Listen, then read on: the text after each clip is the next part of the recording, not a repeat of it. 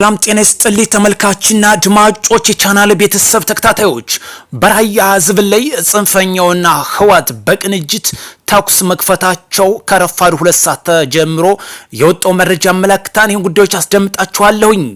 እንዲሁም የባህር ዳር ፈርጥ ልጅ መኪና መስራቱ ተሰምቷል። ቻይናው የአሜሪካን እገዳ ጥሳ ማለፏ ተሰምቷል።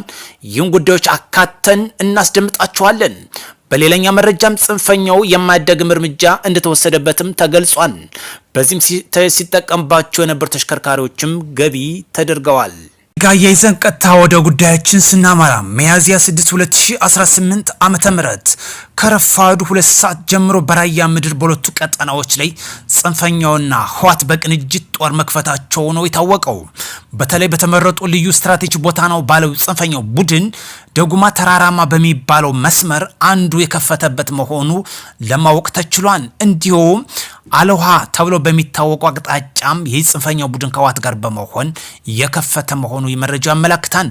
በዚህ በሁለቱ ቀጠናዎች ጽንፈኛው ቡድን በራያ ምድር ላይ የጦሩ ሜዳ ለማድረግ በቅንጅት አብረው መክፈታቸውን የታወቀው የሀገር መከላከያ ሰራዊትም በተቀናጀ መልኩ እርምጃ እየወሰደ እንደሚገኝ ተገልጿል።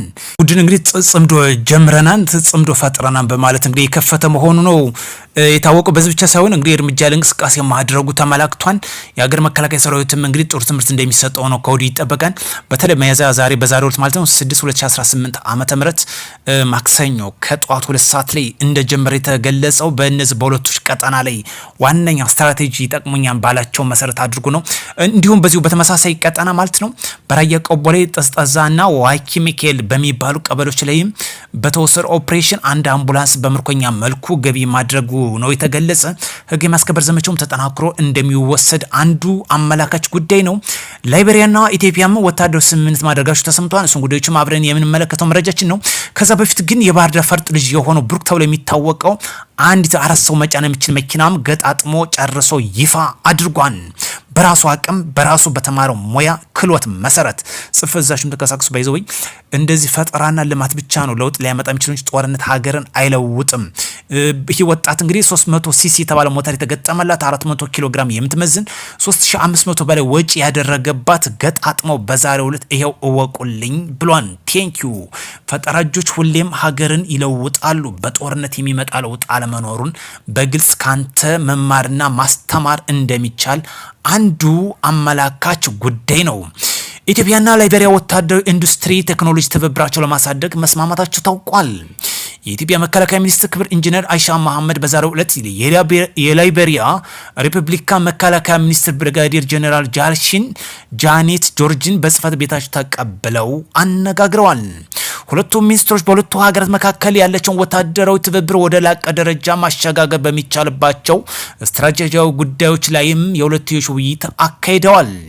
በውይይቱ ወቅትም ክብር ኢንጂነር አይሻ መሐመድ የኢትዮጵያና የላይቤሪያ የአፍሪካ የነጻነት ተምሳሌ መሆናቸውን አስታውሰው ይህ የታሪክ ትስስር አሁን ላለው ወታደራዊ ትብብር ጠንካራ መሰረት የሚጥል መሆኑን ተናግረዋል። በተለይ ወታደራዊ ኢንዱስትሪና በአቅም ግንባታ ዙሪያ በትብብር ለመስራት ዝግጁ መሆናቸውን አረጋግጠዋል። ላይቤሪያና ኢትዮጵያ የአፍሪካ ተምሳሌት መሆኑ ይታወቃል።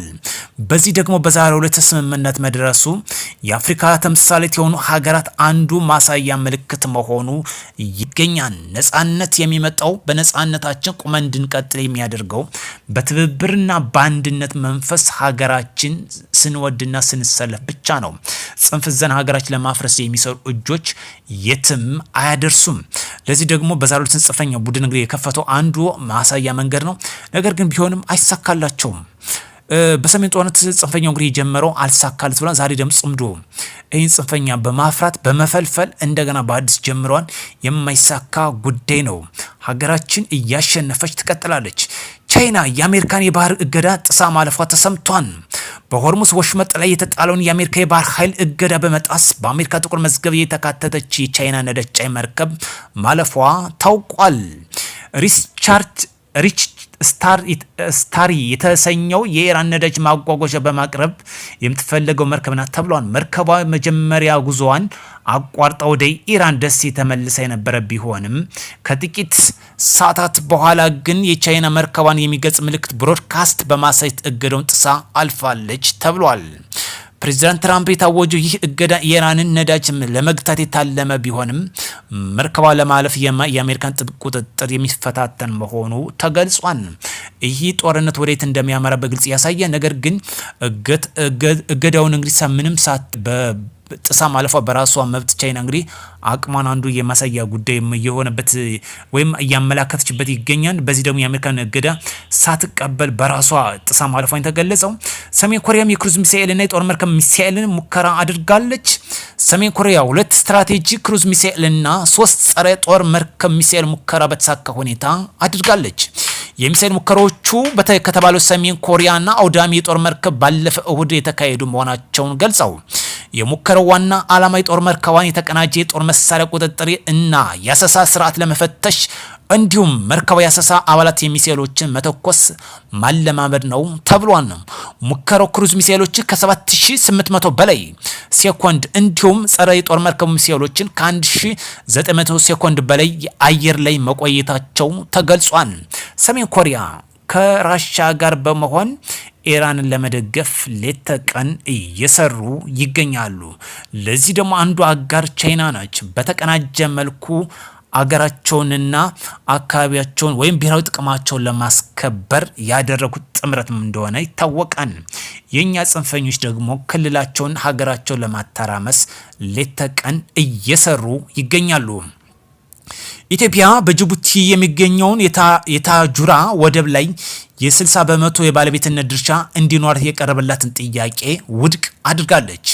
የጅቡቲ መንግስት የኢትዮጵያ በታጁር ወደብ ላይ የ60 በመቶ የባለቤትነት ድርሻ እንዲኖራ ቢፈቅድም ተቀባይነት ሳያገኝ መቅረቱ ተገልጿል። የጅቡቲ ወደቦችና ነጻ የንግድ ቀጠና ባለስልጣን እንዳስታወቀው የኢትዮጵያ ባለቤትነት ድርሻውን ከመውሰድ ይልቅ የኮሪደር ስምምነት እንዲከታተልበት በመጠየቋ ድርድሩ ሳይሳካ መቅረቱ ካፒታል ጋዜጣ ባወጣው መረጃ መሰረት ይገልጻል። ባለስልጣኑ መስሪያ ቤቱ ኃላፊ የአቡከር ኦማር ሃዲ ጅቡቲ ከኢትዮጵያ ጋር በመተባበር ዝግጁ መሆኗን አጽንኦት ሰጥተው ገልጸው ነበር።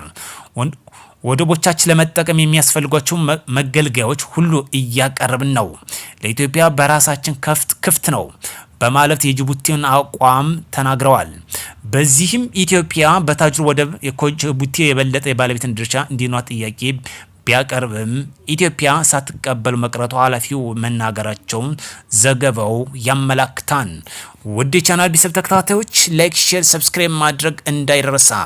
በሌላ መረጃ ተመልሰን እስክንገናኝ መልካም ጊዜ እንዲወላችሁ ከወዲሁ እመኛለሁ።